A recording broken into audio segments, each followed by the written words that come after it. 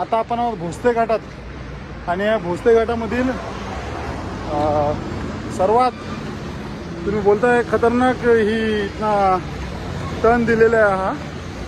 इथे बरेच सारे ॲक्सिडेंट झालेल्या गाड्यांचे अवशेष देखील आहेत. काय साहेब किती अपघात होता तिथे? या ठिकाणी आठवड्याला एक अपघात हा ठरलेलाच आहे. प्रत्येक गाडी या धक्क्यावरती जाऊन उभ्या राहतात. इथे बघा आता मी तुम्हाला धक्क्यात वाहकांना, चालकांना, सर्व प्रवाशांना, ड्रायव्हरांना देखील काय काय प्रकारचा त्रास होतो आपण ते ऐकूया त्यांच्या तोंडून. काय त्रास होतो तुम्हाला? स्पीड ब्रेकर स्पीड ब्रेकर असते, हवा कमी होते.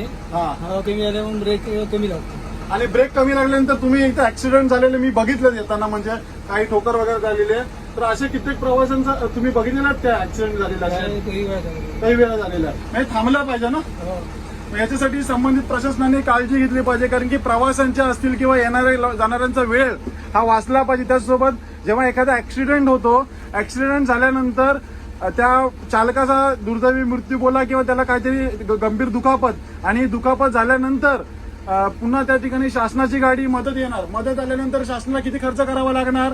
10-20 किलोमीटर वरती या गाडीचा येण्या जाण्याचा खर्च, त्यानंतर अँब्युलन्स आणि कागदपत्र रंगवण्याचा खर्च आणि जाणारा जीव, ते कुठेतरी थांबण्यासाठी संबंधित प्रशासनाने लक्ष घ्यावे ही विनंती. मी पनवेलवरून पलसच्या पाट्यावरून झारा पत्रादेवी सिंधुदुर्ग पर्यंत पायी चालत चाललोय. रस्त्यावरील असणारे खड्डे, ब्लॅक स्पॉट, दिशादर्शक फलकांचा अभाव, या सर्वांनी होणारे अपघात, हा सर्वांचा डेटा मी संबंधित यंत्रणेला देतो. हे काम बरोबर करतोय काय चुकीचा करतोय?